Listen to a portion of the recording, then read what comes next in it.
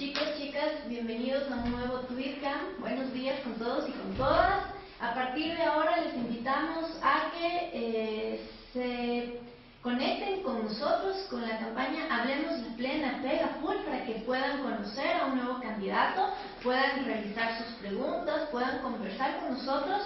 Y pues a manera de presentarlo estamos con el señor Milton Altamirano. Él es asambleísta parroquial por el Distrito 3 por Pichincha, por el Partido Progresista Ecuatoriano. Entonces, Milton recibe una cordial bienvenida por parte de Hablemos la Plena Pega Full y pues conocerlo un poquito más. Queremos que se presente ante las y los jóvenes que le estamos mirando y escuchando en este momento.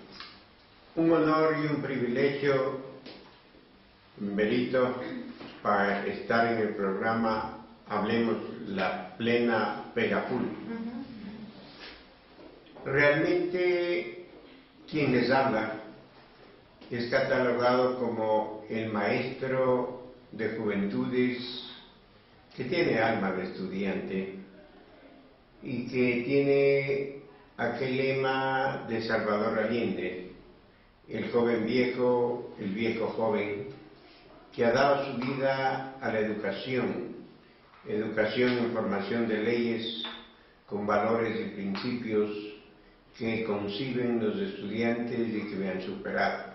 Es decir, mi obra como educador ha quedado realmente realizada en el sentido de que el estudiante ha superado al maestro. Por lo tanto, el conocimiento que se ha transmitido, que se ha transferido, ha tenido la plenitud del día. Gracias, Milton. Y una de las preguntas que nos han hecho llegar las y los jóvenes que participan de esta campaña es ¿cómo Milton va a promover desde su accionar como asambleísta la participación de las y los jóvenes? Existen principios rectores de asambleísta. Esos principios son legislar y fiscalizar. Yo creo que la juventud tiene una capacidad absolutamente grandiosa, no solamente por las frases de Juan Montalvo o por las frases de Eloy Alfaro, de José Martí, sino por la actitud de vida, de aquella honestidad de pensar tal como lo dicta el corazón. La juventud, dentro de ello, es el ensueño de una nación y de un pueblo, es la dulzura para realizar todos los embates de lo bueno y de lo malo. Quizás tiene el mejor olfato de diferenciar entre lo bueno y lo malo. Por lo tanto, la juventud es rebelde por actitud ante lo odioso, ante lo discriminatorio, ante lo negativo. Yo creo que la juventud se parece al amanecer antes que al anochecer. Es decir, la juventud es la que vence entusiastamente todas las dificultades y tropiezos de la vida y es la que tiene que levantar la voz para reclamar sus derechos. Gracias, Milton. Y una pregunta muy concreta que nos hacen llegar los jóvenes es ¿qué propuestas específicas tiene Milton para trabajar con las juventudes? Mire, la Ley Orgánica de Educación Superior tiene muchas lacras, defectos, leguleyadas, tienen muchos inconstitucionalismos. Hoy en día el país, a pretexto de calidad, de técnica, de jerarquía, se ha destruido el diálogo de los saberes de la juventud y se ha destruido su autonomía, su libertad, que en el pasado constituyó, digamos, varios lemas, como aquel lema de la juventud española que decía: no hay locura sino existen amantes, hay amantes de la juventud en cuanto a la libertad en nuestro país, porque se ha destruido la libertad de cátedra. No se elige a los decanos dentro de las universidades, sino a través de designaciones. Es decir, se ha perdido el sufragio universal, se ha perdido el derecho del estudiante para elegir quién es hasta la autoridad universitaria. Entonces, usted nos ha hablado del tema de educación superior y precisamente esa es una de las grandes inquietudes de las juventudes hoy por hoy. Tenemos una coyuntura en la que se han suscitado varios acontecimientos como cierres de las universidades, unas calificaciones, unas evaluaciones a ciertas universidades que pues nos han hecho reflexionar, nos han hecho molestarnos, nos han hecho alegrarnos también, viéndole desde diferentes maneras y precisamente queremos conocer qué propones tú para que las y los jóvenes puedan acceder con facilidad a una educación superior de calidad. La educación, decía Gabriel García Márquez, es desde la cuna hasta la tumba. Dentro de ello, la calidad de vida y la actitud es consecuencia, es secuela de la forma de manifestarse excelentemente, sobre todo respetando la autonomía universitaria. Cuando no existe libertad de cátedra, cuando no existe libertad de investigación, cuando no existe libertad de enseñanza, llegamos a lo que llamamos dentro de la ciencia política a la aristocracia o monarquía dentro de una educación superior. No es posible que el Ejecutivo, a través del CNESID o del Consejo de Educación Superior, sigan controlando las universidades y ellos mismos califiquen al dedo y gusto de la política si están o no de acuerdo con el régimen. Se llega inclusive a manifestar que las universidades tienen que ponerse de rodillas para el presupuesto dentro del Estado ecuatoriano, cuando el presupuesto dentro de Asamblea Nacional y en cualquier ley debe constar, digamos, el porcentaje determinado para que exista absolutamente la independencia, porque la independencia de una educación permite la moralidad de esa educación. Por lo tanto, los jóvenes tienen que luchar, tienen que sacrificarse por reconquistar esas autonomías universitarias. La educación de calidad se da en base de la libertad y no en base de la obediencia. La educación de calidad se da en diferentes líneas y no en base de una sola línea. La educación de calidad, de técnica, es parte de la vivencia siempre de un constitucionalismo que permita una libertad. Entonces, lo primero que hay que hacer es eliminar la taradez de algunos artículos que existen en la nueva ley de educación superior, permitiendo la libertad como oxígeno de nuestra juventud. Gracias, Milton. Y otra de las preguntas de mucho interés para las y los jóvenes es en cuanto a sus propuestas para el empleo juvenil. Nosotros hemos manifestado durante la campaña que la situación económica que vive el país tiene absolutamente culpabilidad los sectores estratégicos del gobierno. Si bien es cierto, hay que reconocer en la vicepresidencia, en la campaña Manuel Espejo, en la campaña de los discapacitados, pero no es menos cierto que la juventud tiene un desempleo total. Han existido propuestas presidenciales de aplauso, en ese sentido presidenciables, tanto sobre todo de los candidatos de oposición, con lo cual considero que el empleo para los jóvenes necesita mayor radio de acción. Es decir, nosotros creemos que una parte del empleo puede ser también las leyes o decretos que permitan el ejercicio profesional de un año, como existía, digamos, en Lima, Perú. Quien se gradúa tiene la obligación de estar presentes, digamos, en todo empleo público durante un año. Eso puede significar, digamos, una gran ayuda para el rol social de la juventud y sobre todo para la experiencia que debe tener todo joven dentro de lo que significa, digamos, participar en la cosa pública que llamamos que es el Ejecutivo. Pero sobre todo, yo considero que para que exista empleo para la juventud es necesario cambiar las estrategias de la economía de un país. tal como llevamos la economía en un país, no va a permitir sino una demagogia en cuanto, digamos, a los resultados de empleo. Necesitamos cambiar en el plano constitucional, mejorar la economía del país.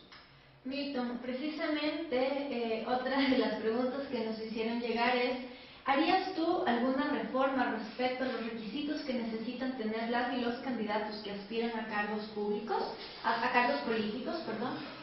Pues esta inquietud, esta reflexión nace debido a que los jóvenes, cuando se acercan a solicitar un trabajo, les dicen que tienen que tener uno y más títulos, ¿no es cierto? En cambio, cuando uno quiere acceder a un cargo político, no es necesario ese uno y mil cargos y mil títulos adicionales. Entonces, viene a ser irónico, ¿no es cierto? Un poco, cuéntanos cuál es tu visión ante esto.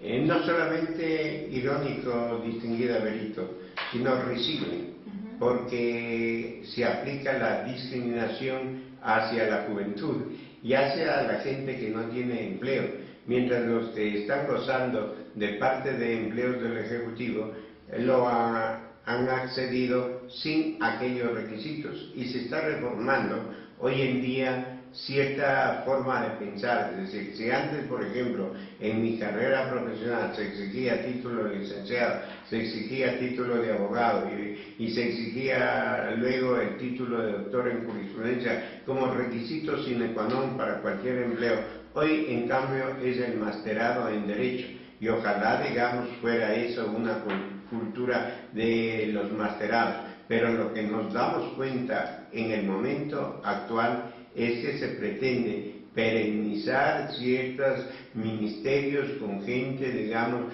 que sea afín al gobierno. Es decir, esta politiquería de los títulos debería ser analizada por los organismos competentes como es el Consejo de Educación Superior y el CENESID, pero sobre todo por el criterio evaluador de las universidades y por el criterio de los colegios profesionales, que lastimosamente se han eliminado, pero que en otros países como Canadá son los permanentes evaluadores en cuanto, digamos, al sentido profesional. Milton, ¿qué opinas tú acerca de la libertad de expresión, de la libertad de comunicación y de la libertad de prensa? ¿Cómo miras tú estos componentes dentro del país? Y tal vez tú modificarías algo en cuanto a la ley de comunicación actual.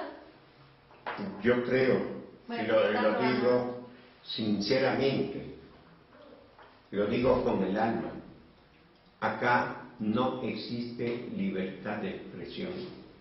Yo estoy denunciando un fraude mediático que se llama en ciencia política, un fraude manipulador en cuanto, digamos, a la presencia de solamente spots, campañas publicitarias en favor de ciertos candidatos que son afines al gobierno.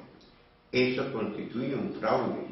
Dentro de, no solamente en ciencia política, existe el fraude en las urnas, el fraude al conteo de votos. Existe también el fraude que es el mecanismo para llegar al día de las elecciones.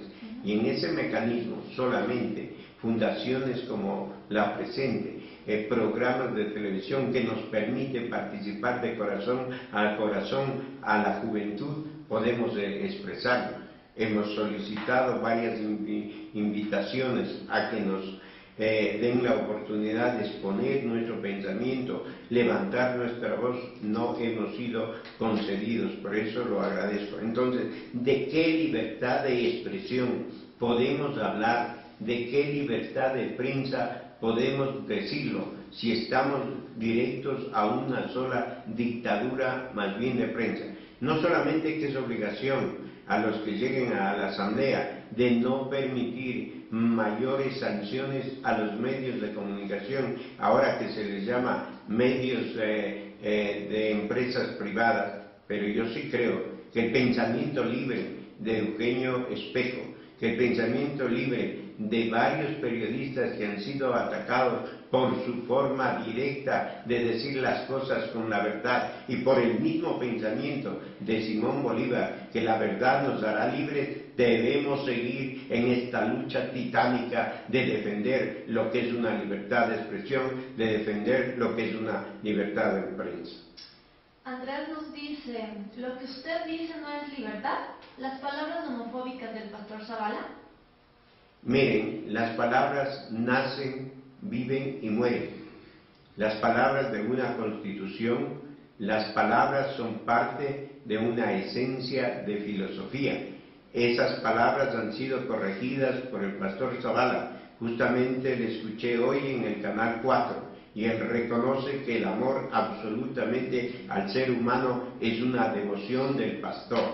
En consecuencia, midamos el sentido de las palabras en la filosofía de la dimensión hacia donde nos quiere explicar. Porque como ser humano puede cometer errores, porque el pastor no es un Dios, es un ser humano. Hablemos del aborto. Para los jóvenes es importante conocer lo que piensan los candidatos en cuanto a la salud sexual y reproductiva, la educación sexual y reproductiva. Usted sabe que el aborto en el Ecuador es cada vez ascendente, ¿no es cierto? Es una problemática de política pública. Entonces, quieren conocer las juventudes. ¿Qué opina Milton Altamirano acerca del aborto, la salud sexual y reproductiva? Mire, acerca del aborto existen varias líneas filosóficas sustentadas en los artículos del Código Penal de nuestro país y por lo tanto, siendo una norma expresa de la ley, primero tenemos que reformarla. Yo respeto mucho los contenidos filosóficos sociales en cuanto a quienes se oponen al aborto e inclusive han presentado propuestas en forma internacional tanto en Canadá, Estados Unidos y en otros países latinoamericanos en relación al aborto, para que no se considere solamente el aborto como necesario en sentido medicinal, sino que se considere por una situación social. En eso estamos todavía en pininos dentro de nuestra sociedad. Ojalá las propuestas sean más claras y sean más definidas para concretizar en las reformas dentro del Código Penal, porque lo que menos podemos hacer como sentir intelectual es oponernos a las reflexiones de los grupos sociales. Miguel nos dice, entonces, ¿usted qué opina del matrimonio igualitario? ¿Lo apoya? El matrimonio igualitario es parte, digamos, de reformas procesales, sobre todo de España. En España se dice que se vuelve, digamos, al matriarcado. Dentro del matrimonio igualitario existe ya una definición en nuestra Constitución y dentro de ese sentido hoy en día se está discutiendo si hay la posibilidad, que igual que en otras legislaciones, de adoptar en ese matrimonio igualitario hacia los menores de edad, hacia los niños que se adopten. Esas son posiciones que son respetables, pero como dije al inicio, la palabra esclavitud antes era odiosa en el tiempo de Grecia y de Roma, digamos, para la gente pensante, y tuvieron que abolir la esclavitud. Hoy en día hay que tener los procesos de lucha y definir en derecho si esos procesos tienen la causalidad de la razón. Un poco lo que nos dicen los jóvenes es que no quedó claro cuál es su visión ante el aborto y si usted está a favor o no en cuanto al matrimonio igualitario. El aborto, por ser, digamos, jurista, no puedo estar sino apegado a la norma del Código Penal. No me puedo desentrañar si no existe reforma al Código Penal.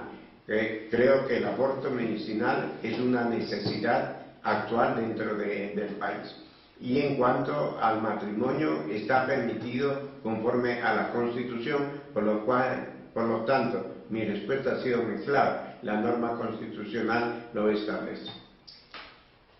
Otra de las preguntas que nos han hecho llegar es en cuanto a cuáles son los componentes que debería tener una ley de comunicación que permite, garantice la libertad de expresión. Dentro del periodismo, el periodismo responsable, el periodismo ético, tiene concomitancia con los principios de decencia, de honestidad, y tiene concomitancia con los principios de celeridad y con los principios de oportunidad. Pero en el campo de comunicación social debemos analizar también el derecho a la réplica y el derecho a la respuesta. En consecuencia, los principios básicos en que debe dictarse una ley de comunicación social como obra viva del derecho actual es sobre todo el principio de responsabilidad. Pero en esa ley, si me tocaría actuar gracias a la juventud dentro de la Asamblea Nacional, yo sí creo que las sanciones son absolutamente ineficientes para el pensamiento. No se puede poner cadenas al pensamiento libre de cada periodista. Solamente cuando el periodista calumnie e injurie, que también estamos en contra de esas sanciones, habría que analizar caso por caso en forma particular. Pero de ahí el pensar no puede tener ningún bozal en ninguna manera ni en ningún horizonte. Gracias, Milton, y nos hacen llegar una nueva pregunta. ¿Cuáles son las causas de la inseguridad? ¿Qué leyes formulará en este tema? Y pues como usted sabe, la violencia, la inseguridad ciudadana es un tema muy convocante, de mucha preocupación, no solo para los jóvenes, sino para toda la ciudadanía. No obstante, queremos conocer desde su punto de vista cuáles son las causas de la inseguridad y pues cuál es su propuesta para mejorar esta problemática. Escuchando las palabras de quienes me preguntan a través de su voz distinguida Verónica, me recuerda, digamos, los años de juventud del dejar hacer y dejar pasar, que dentro de eso hablábamos de un mercantilismo. Hoy estamos hablando de una política, la inacción de la sociedad, la inacción de la ciudadanía, la inacción de la misma juventud nos ha llevado, digamos, a fuentes de inseguridad en lo cual estamos lamentando robos, hurtos, etc. Pero la causa y el origen más exacto es la miseria, son los factores exógenos y endógenos que vive la ciudadanía ecuatoriana. Si analizamos cuáles son las causas de los delitos, es absolutamente grave la miseria económica y la falta de educación en los sectores que me ha tocado vivir, en las parroquias que he visitado, en los parques todavía se vende drogas, el alcoholismo llega a un nivel sumamente espantoso, que también son otras causas para los delitos. Tanto las drogas como el alcohol son métodos conducentes para los delitos. Es decir, necesitamos una reforma de escuelas de capacitación en la prevención del delito, en los valores familiares. Nos falta mucho por hacer. Podríamos hablar de la inseguridad por la falta de policías comunitarias en las 33 parroquias rurales de Quito. Sin embargo, todo el mundo nos llenamos diciendo que el Quito que queremos, cuando sabemos exactamente que el Quito Luz de América tiene que protestar para conseguir algo para las parroquias rurales. Por lo tanto, la inseguridad es parte de la inacción del Ejecutivo como de la ciudadanía. Y es hora de recapacitar en beneficio justamente de la juventud. Hablemos de los impuestos, Milton. Hay muchos candidatos que nos ofrecen bajar los impuestos, hay otros candidatos que nos ofrecen eliminar ciertos impuestos. Cuéntenos cuál es su propuesta en cuanto a los impuestos en el país. Los impuestos son temas de la Asamblea en cuanto a leyes que deben ser. Yo sí considero no solamente varias propuestas presidenciales, sino que absolutamente con toda franqueza, con toda desnudez, estoy planteando algo nuevo que no lo han hecho los presidentes de la República, que es la amnistía tributaria. A mí me ha tocado vivir las denuncias de juicios de coactiva dentro del agua potable, en las parroquias, de gente pobre que no tiene, digamos, sino una entrada de 200, 250 dólares para su subsistencia. Da ganas de llorar ver que tienen que pagar por juicios de coactiva por las aguas, digamos, cerca de 1.500 dólares. Es algo bárbaro, es algo que tienen que trabajar para ponerse al día en 3 años. Yo estoy planteando la amnistía tributaria a estos casos concretos, tanto de pago de agua, de luz, teléfono, en lo cual deben, digamos, al Estado ecuatoriano la gente pobre.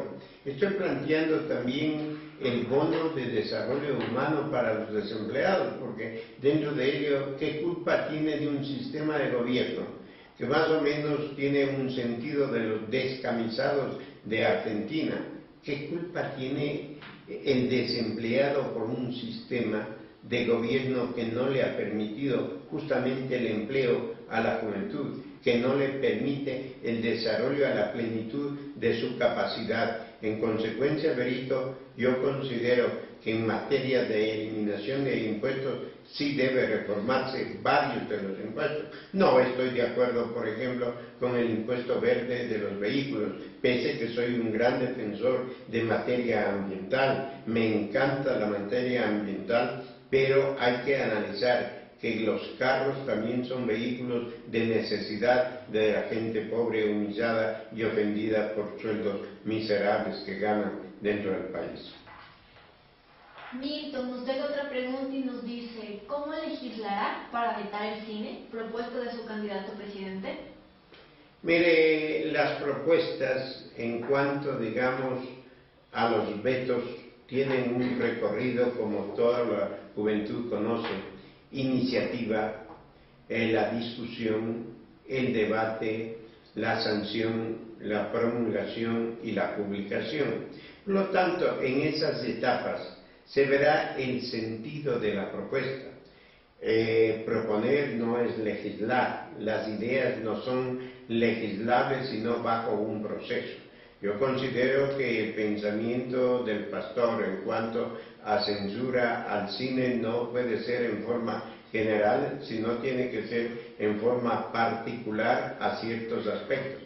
Pero sería algo aberrante, una estupidez, pensar que se puede censurar a toda película, que no creo que lo haya manifestado de esa manera el pastor. Otra de las preguntas que nos llega es: ¿legislación para las clínicas de deshomosexualización? Existe, digamos, pasos, como había indicado en la pregunta anterior, en cuanto, digamos, a la legislación. Yo respeto muchos aspectos de la homosexualidad.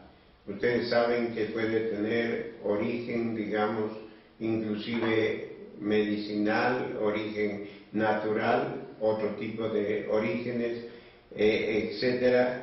Yo creo que esas clínicas, si van a ser de beneficio bajo un análisis severo y concreto del Ejecutivo, tendría que pasar previamente bajo una ley de la Asamblea Nacional, en donde el consenso o la crítica, el propósito de las manos, como se ha dicho hoy, tendrán que razonar exactamente. Son propuestas, hay que entender, mi querida juventud, que las propuestas no pueden ser realizadas de la noche a la mañana, tienen que ser analizadas, y vamos a participar conjuntamente con ustedes en los debates y hemos de ver lo positivo y lo negativo de esas propuestas. Hablemos del medio ambiente. Usted nos había comentado que es de su interés, de gran interés suyo, el tema medioambiental, y precisamente la coyuntura del país que nos conlleva hablar del tema ambiental es del Yasuní IPT. Cuéntenos un poco cuáles van a ser sus propuestas en cuanto a las decisiones que se tomen respecto al Yasuní Tete. Amar al Yasuní es amar a la naturaleza. Amar a la Constitución es amar a la Pachamama. Y sobre todo el respeto al summa causal, que es el buen vivir. El Ecuador necesita no solamente el sentido filosófico de la norma escrita en la Constitución, sino el sentido de la práctica del buen vivir y el sentido de la práctica de la buena naturaleza. Por eso estamos con la propuesta del Yasuní. Vicky nos dice, ¿en qué se van a basar estas censuras de las que usted hablaba antes? Las censuras, como la palabrita lo indica, digamos, es para lo prohibitivo, pero dentro de ello sí es vital e importante analizar, meditar, cogitar, cavilar sobre el tipo de censura, porque yo soy opuesto a toda clase de censura si no tiene su razón de ser. Andrés nos dice, la homosexualidad de origen medicinal. Exijo una explicación, queremos conocer más de este término. La explicación más concreta y más clara es la homosexualidad de tipo genético dentro, digamos, de la naturalidad de las hormonas. Milton, queremos conocer también cómo usted inicia su vida política, cuéntenos un poco.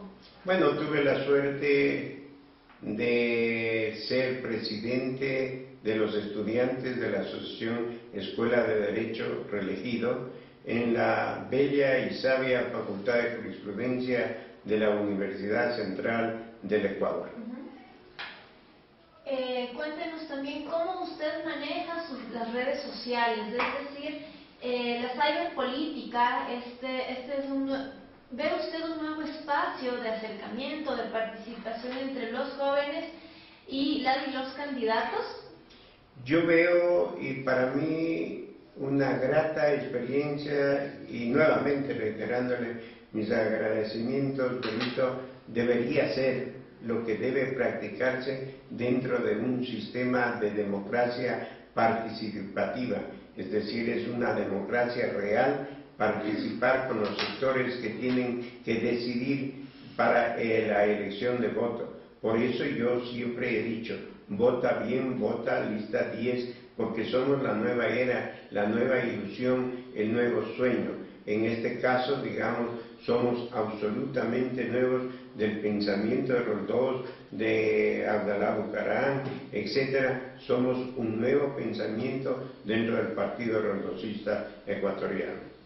Gracias, Milton. Vamos culminando con esta entrevista y finalmente quisiera solicitarle que nos dé un mensaje a todos los jóvenes que le están escuchando en este momento y pues para quienes tendrán la oportunidad de escuchar, de ver esta entrevista una vez que subamos el video en YouTube.